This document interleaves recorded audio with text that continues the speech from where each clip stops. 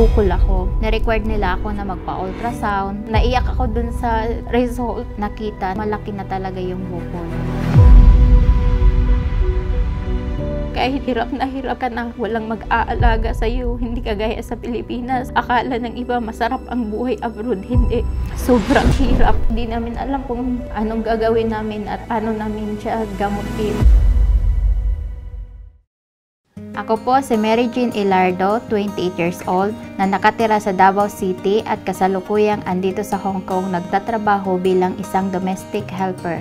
During 2021, nag-decide po ako na magtrabaho dito sa Hong Kong dahil sa hirap ng buhay sa Pilipinas. Hindi sapat yung sahod. Natapos yung kontrata ko noong November 30, 2023. Umuwi ako ng Pilipinas at hindi na ako nag-renew doon sa amo ko dahil nagka-problema kami. After ilang months, nag-apply ulit ako para bumalik dito. Anong dumating ako dito, sobrang adjustment yung ginawa ko. Siyempre, ibang lahi yung andito. Akala niba ang saya-saya. Ay, gusto kong mag-abroad kasi ang sarap ng buhay ni ano. Ang ganda ng pinapasyalan nila. Hindi nila alam na sobrang hirap dito. Gigising ka sa umaga ng sobrang aga para mag-ayos para sa sarili mo bago ka pumasok sa trabaho. Nag-aalaga ka ng ibang bata, iniisip mo yung anak mo. Tiisin mo ng ilang taon, kahit pagod ka na, hindi ka pwedeng susuko. Tapos pag uwi mo sa Pilipinas, ang saya-saya lang na makita mo yung buong pamilya mo na masaya sila. Pero pinaka-hardest time na gagawin mo yung pagbalik mo dito. Pagbalik mo sa ibang bansa. Kasi doon mo talaga ma-feel na parang binagsakan ka na ng langit at lupa. Tatanggapin mo lahat ng lungkot para lang mabigyan sila ng magandang kinabukasan. Tapos pagkasakit ka, ikaw lang yung tutulong sa sarili mo. Kahit hirap ka na. During medical ko, nang nagkakaamo na ako, naiyak ako dun sa result.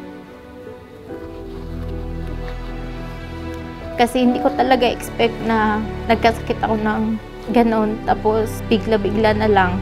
Nung nalaman din ng pamilya ko, lahat din sila sobrang lungkot.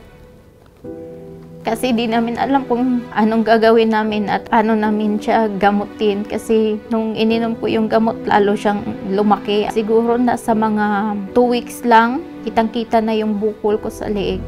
Yung time na yun, kahit sobrang hirap na ako, sinisikap ko pa rin makaalis para sa pamilya ko. Kahit pinipigilan ako ng magulang ko, kapatid ko, kasi ayaw nila na aalis ako dahil nga sa sakit ko. Pero gusto kong mabigyan ng magandang kinabukasan yung anak ko, kaya pinilit ko pa rin na makaalis ng Pilipinas. Kahit iniinda ko yung sakit, yung hirap, stress, pagod sa trabaho, hanggang sa umabot sa time na tinatago ko siya sa amo ko, ginaganito ko yung buhok ko para lang matago yung bukol na andito sa leg ko. Hanggang sa umabot ng ilang months, isang araw tumawag yung papa ko. Sabi niya, subukan ko daw yung Salveyo kasi yung girlfriend ng anak ng amo ng papa ko is may sakit na cancer. Tapos gumaling dahil sa Salveyo. At ang ginawa ko is nag-scroll ako sa Facebook, nag-research at nakita ko yung post ni Amethyst ng about Salveyo. Pini-im ko siya, nag-inquire ako kung anong effect ng Salveyo, anong kayang gamutin ng Salveyo. Tapos naikwento niya yun sa akin kasi sabi ko sa kanya is may bukol ako. Sabi niya, okay daw yung Salveyo na i-take para sa may bukol. Tapos tinry ko, bumili ako ng isang jar, tapos sinubukan ko siya. Iniinom ko siya 3 times a day, 30 minutes before meal, and before lunchtime, at saka before bedtime ko siya iniinom. Sa pag-inom ko ng Salveyo, after 2 weeks, nagulat ako, ang liit niya. Kasi araw-araw ko siyang pinipicturan, check, kinakapa, kung talagang may effect ba siya sa akin.